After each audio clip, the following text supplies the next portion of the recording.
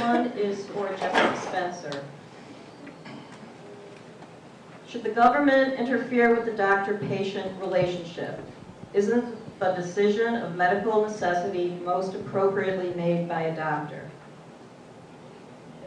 I first want to actually correct Mr. Morgan yet again that this is not a prescription. So I will remind everyone that this is not a prescription. You do not get it at Walgreens or CVS. I didn't say This that. is, you've said prescription I said, multiple when was the times, last sir. time you ever saw your child go to a doctor and get a prescription?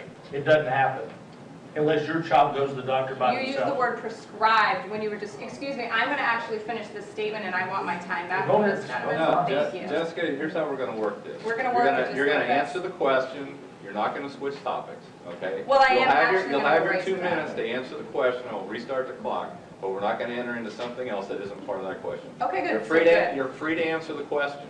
I'm glad you reminded Mr. Okay. Morgan of that as well. So, So what's your the 2 question? minutes starts now. So what's the question? Very good. I've been interrupted twice now, so. Patient-doctor relationship. Thank you. There is a patient-doctor relationship, and it's under Florida Statute 893, the doctrine of medical necessity. Mr. Morgan wants to try to act as if this is somehow better than what we've seen with oxycodone, opiates, et cetera, et cetera. It's not. You're still relying on a, quote, doctor-patient relationship, except this is a constitutional amendment. Period. You cannot go back and fix this. You cannot go back and put restrictions and regulations on this. The Department of Health, their Blue Ribbon Commission, they're not going to be able to do that. They have to go by the plain language that was in the text. And they did not write it to allow them to put those regulations and restrictions in place. Period. So the doctor-patient relationship, yes, you should be able to have it. You already have it in the state under Florida Statute 893 and also under Charlotte's Web, Senate Bill 1030. What are we legalizing here? We already have it here. Thank you.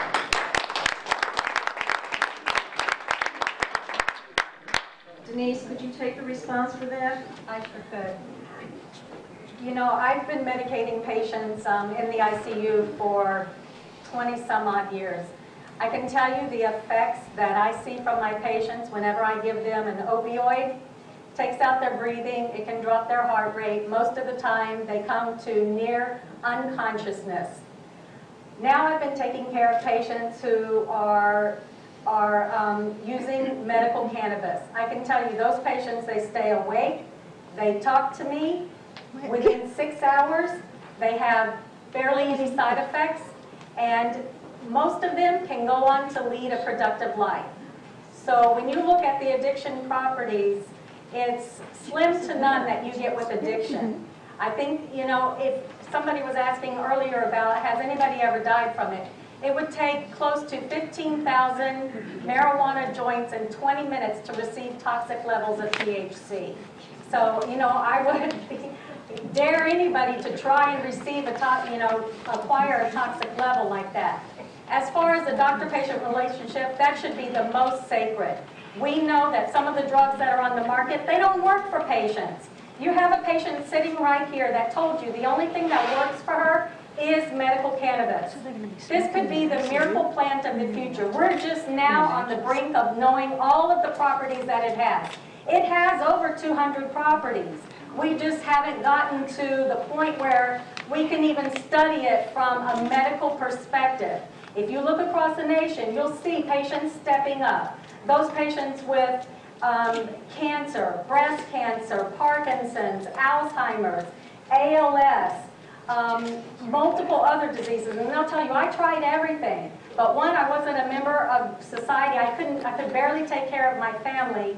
And two, when I tried the medical cannabis, boom, here I am. I'm doing great with it. So I would say that relationship between you and your doctor, if you tell him, this is what works for me, it's going to work. And that should be sacred. Thank you.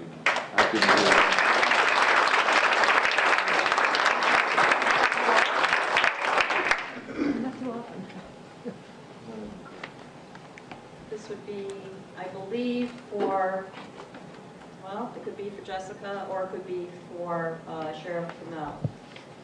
What discretion does the legislature have in regulating medical marijuana after it passes? Jessica? No? Yeah, I think we kind of already covered this before. Like I said before, when you're dealing with a constitutional amendment, it's a constitutional right. No rule, law, county ordinance, regulation can be more restrictive than the constitutional right. And what this does, like I stated in my opening, this gives you a constitutional right to cultivate, sell, and smoke marijuana. Everybody keeps referring to this as medical marijuana. There's nothing medical about it. There's nothing different about this than you can purchase off the streets. And this marijuana that you see nowadays is more potent. The THC content is much, much higher. That's the hallucinogen. That's the bad part of the drug. I stated before, I agree, there are good parts of marijuana, but we need to study them and we need to get the right combinations out to help people like them. Not make a constitutional amendment on something we have just breached the surface on and make it a constitutional right. That is just wrong.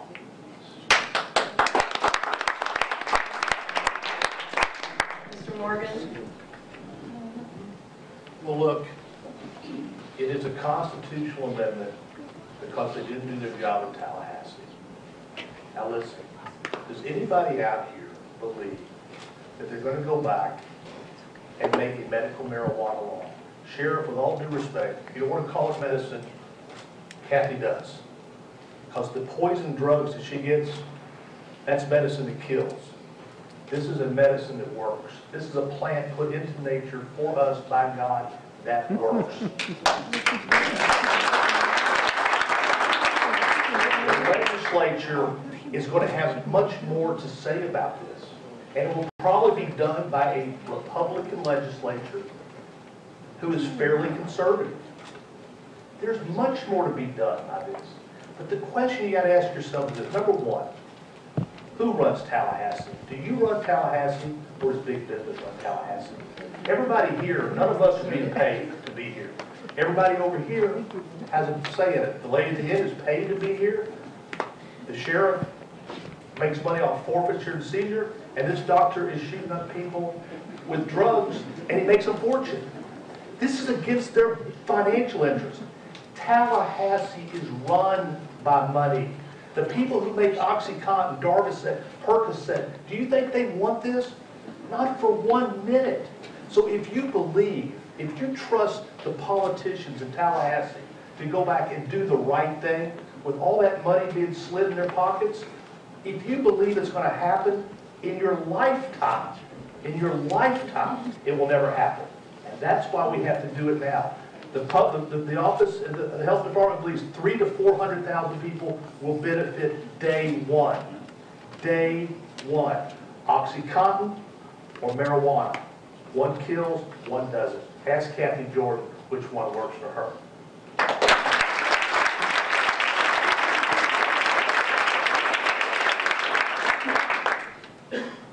This one is also for Mr. Morgan. Do you or your company have a financial interest in the medical marijuana industry? In what way? Why did you spend $4 million to promote this amendment? Well, look, first of all, I'm always nervous when I'm debating somebody with a gun and all the police are circling. I don't know what to say, so I got to be my best behavior. Let me tell you why I did it. In this life, you have a chance to do something or do nothing. A couple of years ago, I spent millions of dollars of my own money to build the biggest food bank in Orlando. This last week, I spent $1 million to build a shelter for abused women. This is the moment of my life because my brother uses it every day. My brother's a quadriplegic. His suffering is immeasurable. His spasms are uncontrollable. I have cried 1,000 times about my brother. If you watched him get dressed one day, it'd break your heart. He puts on a coat and tie every day and goes to work. The drugs they gave him before were things like Vioxx and Celebrex, and these drugs have been recalled because they hurt and they kill. This is for my brother, and this is for Kathy Jordan, and hundreds of people, thousands of people like them. I didn't start out to be the marijuana guy, believe me. I'm so damn exhausted by this, I can't even stand it. the tail is wagging the dog. But I know it's right. I know it's right. Because on this trip of mine, I have met thousands of people like my brother, and I've hugged them, and I've kissed them, and I've emailed with them, and I know it works. Everybody that says, I won't make any money with marijuana, Dr. Dagich, are you want to get in the marijuana business if this passes?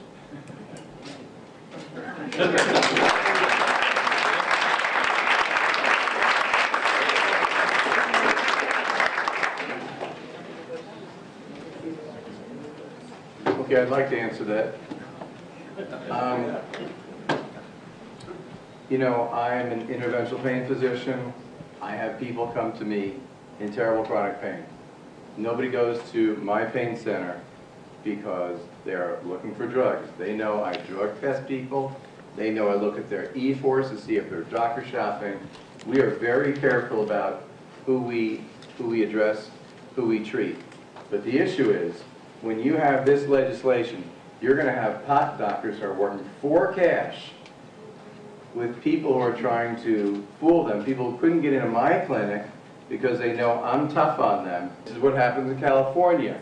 95% of people don't have severe debilitating medical problems who get marijuana. Okay, now as far as your brother, and it's terrible as a paraplegic, and it's a very difficult life for him to lead. But I can tell you that with Senate Bill 1030, it's been passed, his brother would be able to receive marijuana oils, and his brother would be able to receive vaporized, not smoked, but vaporized, which is a safer form of ingesting it, marijuana. He would not be able to get pieces of chocolate because chocolate are edibles, and edibles might send the wrong message to our children. So, why don't you tell the truth and let people know, John Morgan, that this bill would allow your brother to receive medical marijuana. No, this is my time, and Well, you said you have to you've already spoken. This is your commercial. You need to let everybody know that your brother would be covered under Senate Bill 1030. He'd be able to Charlotte's receive Web oils would not, the oil and... would be ineffective for Excuse me, him. this is my Please time. let him finish. Not Thank anymore. you. Oh, okay. But that is false. The Charlotte's Web would be ineffective for my brother, Doctor. You should know that. I know it would be effective. You should know it wouldn't. And you're a doctor? Next question. What is the difference between a physician's certificate and a physician's prescription? Denise? I actually don't know the answer to that Oh, you question. don't? Okay. Sorry. Let me ask Dr. Dave. Really? Yeah. Okay. Okay, marijuana, cannabis is Schedule 1, which means that it was made Schedule 1, I think, in the early 1970s. What that means that it was felt by the government, by the FDA or the DEA, that the abuse potential far outweighed its use as a medicine. You cannot, I as a physician, cannot legally prescribe a Schedule 1 medicine such as cannabis.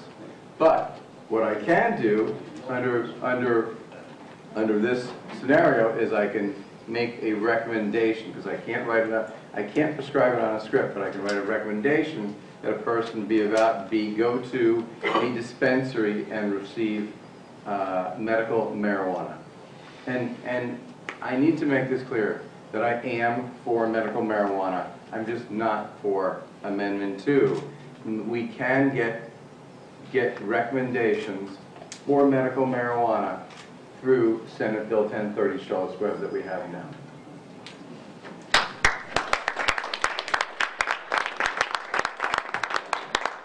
Mary, can I just say one thing?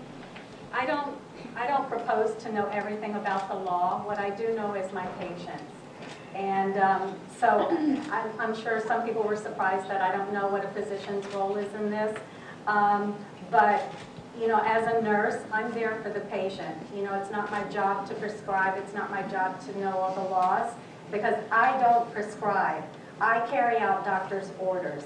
And so I do know the difference between a good prescription and a bad prescription. And I do also know that